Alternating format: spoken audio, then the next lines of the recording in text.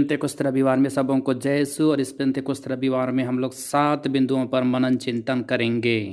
पहला, शिष्य एक स्थान पर इकट्ठे थे।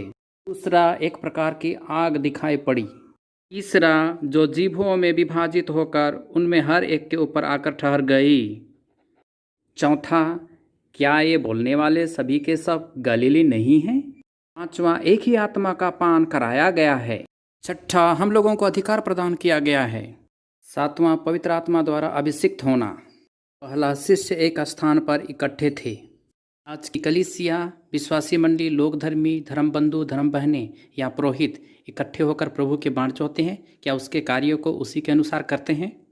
जैसे कि आरंभ की कलीसिया में पहले विश्वासीगण लोग करते थे और दृष्टांतों में हम लोगों को प्रभु यीशु सिखाया है, क्या हम उसी प्रकार हम लोग करते हैं? दूसरा बिंदु, एक प्रकार की आग दिखाई पड़ी। ये आग क्या है? ये पवित्र आत्मा है। यही पवित्र आत्मा आग के रूप में सबों के हृदय में बसा हुआ है। परमेश्वर के राज और उसके दाखबारी में काम करने के लिए हम सबों को बराबर आग अर्थात पवित्र आत्मा दिया गया है, जो हम लोग पवित्र वचन में पढ़ करके उससे सीखते हैं। यही आग अर्थात पवित्र आत्मा जो 10 कुमारियाँ मती रचित सुसमाचार अध्याय 25 में लोग देखते हैं कि वे लोग स्वर्ग जाने के लिए उसे बचा कर रखती हैं। जो जाग रहे थे वे अपने मसालों में तेल अर्थात आत्मा को बचा करके रखे रहे, परंतु जो सो रहे थे वे लोग अपने आप को स्वर्ग राज से अलग कर लिए। जागने वाली कुमारियाँ परमेश्वर की महिमा देखे और स्वर्ग राज्य में प्रवेश किए। इस प्रकार पहले बिंदु के अनुसार जो लोग इकट्ठे रहते हैं, प्रभु के शिष्य लोग, और इस 10 कुमारियों के जैसा जो अपने मसाल को तैयार रखते हैं, वे पवित्र आत्मा को प्राप्त करेंगे। क्या हम प्रभु यीशु के शिष्यों के जैसे इकट्ठे होकर के बाँट जोते हैं, या 10 कुमारियों में से 5 के जैसे हम बेखबर रहते हैं?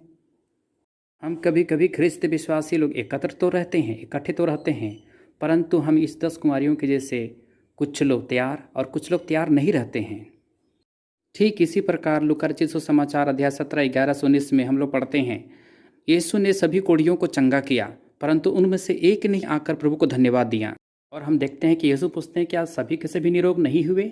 ठीक इसी प्रकार हम लोग देखते हैं कि हमें भी जीवन में पवित्र आत्मा तो मिला है, परंतु हम लोग सभी उसके अनुसार कार्य नहीं करते। मत्ती रचित सुसमाचार अध्याय 20 पद संख्या 1 से 16 में पढ़ते हैं, दाखबारी में मजदूरों का दृष्टांत में प्रभु यीशु बारी बारी से सभी सेवकों को बुलाते हैं। इसी प्रकार प्रभु की कलीसिया को संभालने के लिए प्रभु अपने दासों को बारी बारी से बुलाते हैं और अलग अलग समय में बुलाते हैं, परंतु इसका मजदूरी एक ही है। प्रभु के राज में कलीसिया की सेवा करने के लिए चाहे हम आगे आए हों या बाद में आए हों, बुजुर्ग अवस्था में आए हों या बाल्य अवस्था में आए हों या युवा अवस्था में आए हों, आपकी बुलाहट है परमेश्वर की इच्छा को जानना है और आत्मा के अनुसार चलना है। जो भार आपको दिया गया है उसे निभाना भी पड़ता है दृष्टांत के द्वारा। तीसरा बिंदु, जीभों में विभाजित, विभिन्न कलीसिया के कार्यों और विभिन्न भाषा में प्रभु यीशु के सुसमाचार प्रचार के कार्यों को करना। चौथा बिंदु, क्या ये बोलने वाले सबके सब गलीली नहीं हैं, परंतु हम सब अपनी अपनी भाषा में कैसे सुनते हैं? इस संदर्भ में वचन हम लोगों को सिखाना चाहता है कि कलीसिया की सेवा करने में हम सभी सेवकों को लोग किस रीति से पहचानते हैं और जानते हैं। मत्ती रचित सुसमाचार अध्याय 16 पद संख्या 13 और 14 में प्रभु यीशु पूछते हैं कि लोग हमें क्या कहते हैं। शिष्यों का उत्तर अलग अलग रहता है। कुछ लोग कहते हैं यूहन्ना बपतिस्ता, कुछ लोग कहते हैं एलियस, और कुछ लोग कहते हैं एर्मियस अथवा नबियों में से कोई। लूका का सुसमाचार अध्याय 4 के 22 में हम लोग देखते हैं, लोग कहते हैं कि क्या यह यूसुफ का बेटा नहीं है? इस प्रकार पेंतेकोस्त के दिन विभिन्न भाषा, संस्कृति, रीति रिवाज और विभिन्न प्रकार के शक्तियों से भरने वाले आत्मा का दिवस है। पांचवा बिंदु, एक ही आत्मा का पान कराया गया है। हमें पवित्र आत्मा का वरदान मिला है। हम इन वरदानों की व्याख्या करते समय मानवीय प्रज्ञा के शब्दों की नहीं बल्कि आत्मा द्वारा प्रदत्त शब्दों का प्रयोग करते हैं। छठा बिंदु, हम लोगों को अधिकार प्रदान किया गया है।